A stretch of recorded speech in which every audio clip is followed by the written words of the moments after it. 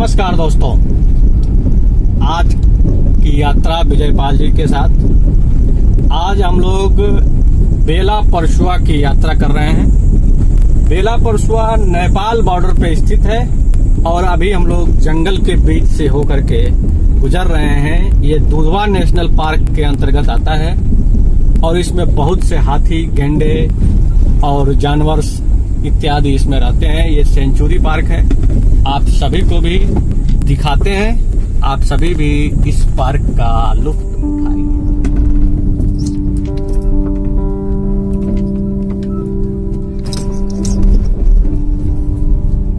ये SSB camp है।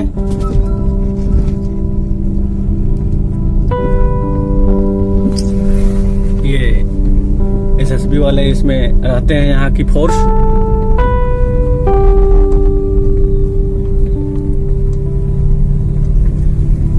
जंगल बहुत लंबा है, घना है।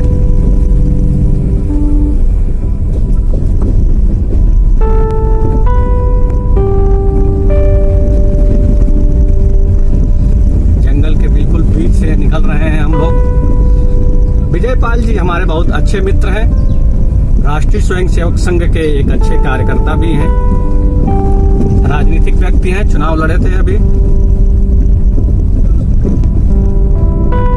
और सामाजिक संस्थाओं से जुड़े रहते हैं। सीमा जागरण मंच है, उसके जिला उपाध्यक्ष का भी इनके पास से जिम्मेदारी है। और ये देश और समाज के लिए, बॉर्डर पे बसे लोगों के लिए समय समय पर कैंपेन चलाते रहते हैं, उनके विषय में चिंता करते हैं। अभी हम लोग जाने वाले हैं बेला परशुआ। बेला परशुआ में हम लोग मिलेंगे नरोत्तम जी से, जो कि यहाँ पर एक विद्यालय चलाते हैं, उसके प्रबंधक हैं, प्रिंसिपल हैं, और सरस्वती शिशु मंदिर है, उसके प्रबंधक हैं। उसको यहाँ पे वो चला रहे हैं। लॉकडाउन में हम लोग उनसे मिलने जा रहे हैं, उनका कुशल क्षेम जानेंगे, कैसे हैं, किसी चीज की आवश्यकता तो नहीं है, और उनसे भी आप सभी को मिलाएंगे। और वो बहुत अच्छे कवि भी हैं। अगर अच्छा रहा तो आज उनकी एक दो कविताएं भी हम आप लोगों को सुनवाएंगे। माननीय हमारे भाई साहब नरोत्तम जी का आगमन हो रहा है। प्रणाम भाई साहब।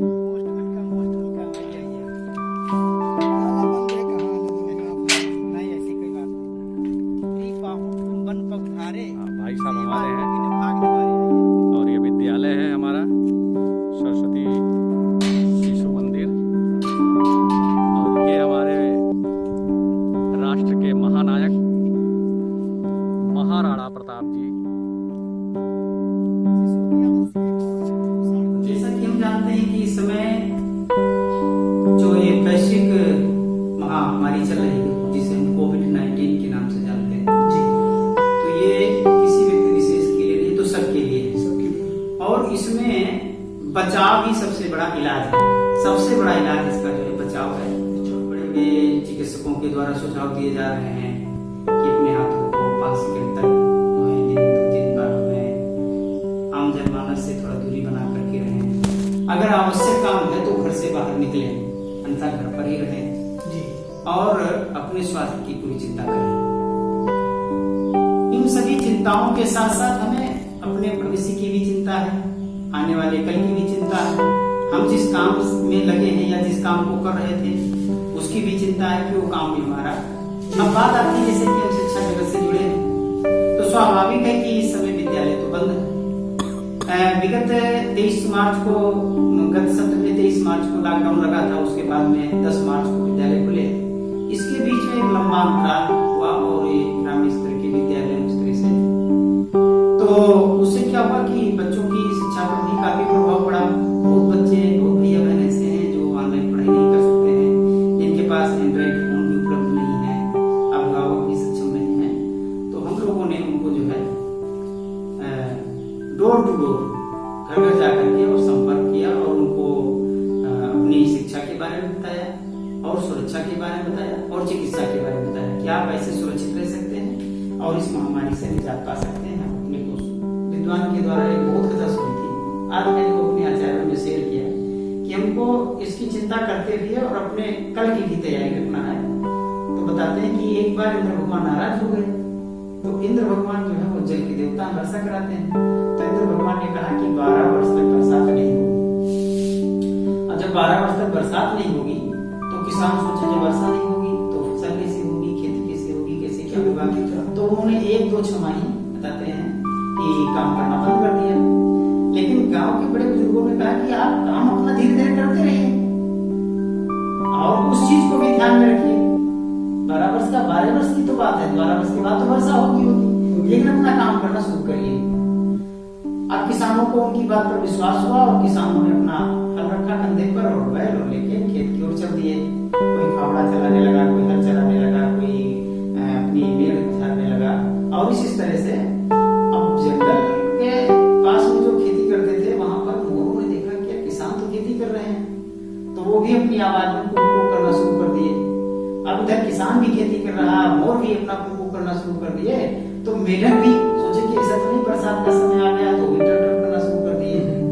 इन सबको काम करते हुए देख करके इंद्र भगवान भूल गए और उनके काम को देख करके प्रसन्न हुए और उन्होंने इतनी अच्छी बारिश कर दी कि उस वर्ष अन्य वर्षों की अपेक्षा फसल अच्छी हुई।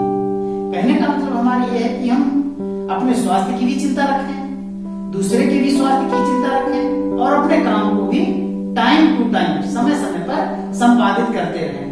ऐसा न हो कि हमारा काम भी बाधित हो जाए तो परिवार का भरण पोषण कैसे होगा, और हम इतना काम करें कि हमारा उसका दुष्प्रभाव स्वास्थ्य पर पड़ जाए। तो 2 गज दूरी, मास्क बहुत जरूरी, और अपने इन चीजों को ध्यान में रखते हुए स्वयं स्वस्थ रहें और दूसरे के भी स्वास्थ्य की। पनिया भरे जगावे लड़का गैया भैंस लगावे, गोबरू डरती है चौकी बड़की कूट की सिले पनघट ऊपर धावे। पनिया भरे जगावे लड़का गैया भैंस लगावे, गोबरू डरती है उठाई हमका गावे माँ मजा। हम तो कहवे अपने मन की हमका गावे माँ मजा। बड़की कूट पीस ले पनघट ऊपर धावे। पनिया भरे जगावे लड़का गैया भैंस लगावे, गोबरो डरती है उठाई हमका गावे माँ मजा। बड़ी बुआ ले संग बहुरिया घात छुलावे जाती, बड़ी बुआ ले संग बहुरिया घात छुलावे जाती। सागु खोयो हो रानो तैनो चे खेत खेत मरराती, अरही छैया तेरे मिटौती अपनी देही का। बड़की कूटी पीस ले पनघट ऊपर धावे। पनिया भरे जगावे लड़का गैया भैंस लगावे, गोबरो डरती है उठाई हमका गावे माँ मजा। बड़ी बुआ ले संग बहुरिया घात छुलावे जाती, सागु खोयो हो रानो चे खेत खेत मरराती, अरही छैया तेरे मिटौती अपनी देही का।